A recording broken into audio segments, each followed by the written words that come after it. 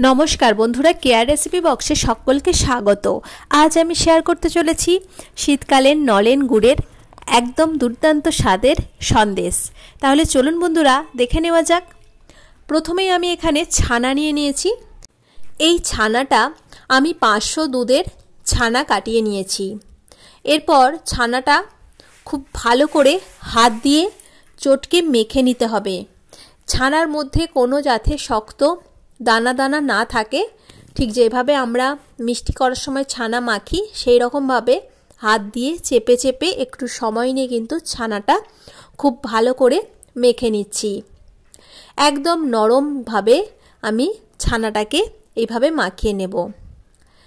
एखाने जे जतटा परिमाण करते चान सेई रकम छाना निते पारेन। आमी एखाने 500 दूधेर छाना काटिয়েছি। एमनि नर्माल काउ मिल्क सेटार छाना काटिয়েছি আর এইভাবে আমি ছানাটা মেখে নিয়েছি।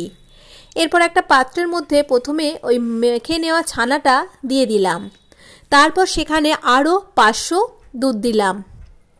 দিয়ে ছানা আর দুধটা খুব ভালো করে গুলিয়ে নিলাম। এরপর এর মধ্যে আমি দিয়ে দেব হাফ কাপ গুঁড়ো দুধ। আমি এখানে হাফ কাপ আমল দুধ দিয়ে দিলাম। আমল দুধ দিলে মিষ্টিটা খুব ভালো হবে। এরপর আমল দুধটাও ওই দুধের সঙ্গে খুব ভালো করে গুলে নিচ্ছি। এখানে আমি নরমাল কাউ মিল্ক ব্যবহার করছি।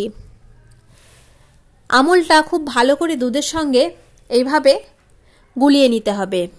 এরপর এর মধ্যে আমি ওই হাফ কাপ পরিমাণই নলেন গুড় অ্যাড করব। এখানে যদি চান আরও বেশি মিষ্টি খেতে তাহলে আরও বেশি পরিমাণে গুড় দিতে পারেন।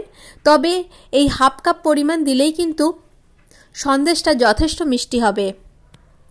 দিয়ে খুব ভালো করে সবগুলো মাখিয়ে নিলাম। এরপর কড়া বসিয়ে দিয়েছি। কড়াইয়ের মধ্যে আমি ওই দুধটা দিয়ে দিলাম। তারপর তার মধ্যে 1 চামচের মতো ঘি দিয়ে দিলাম। এরপর ঘিটা খুব ভালো করে দুধের সঙ্গে মিশিয়ে নেব। দুধটা এরপর ভালো করে ফোটাতে থাকব।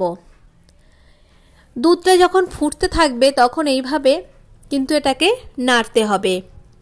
কিছুক্ষণ ফুটিয়ে নিয়েছি। এই দেখুন বন্ধুরা এইরকম ভাবে একটু দানা দানা ভাব এসে গেছে। এটা আরও আমি মাখো মাখো করে নেব। আর এটাকে কিন্তু আমি নাড়তেই থাকব।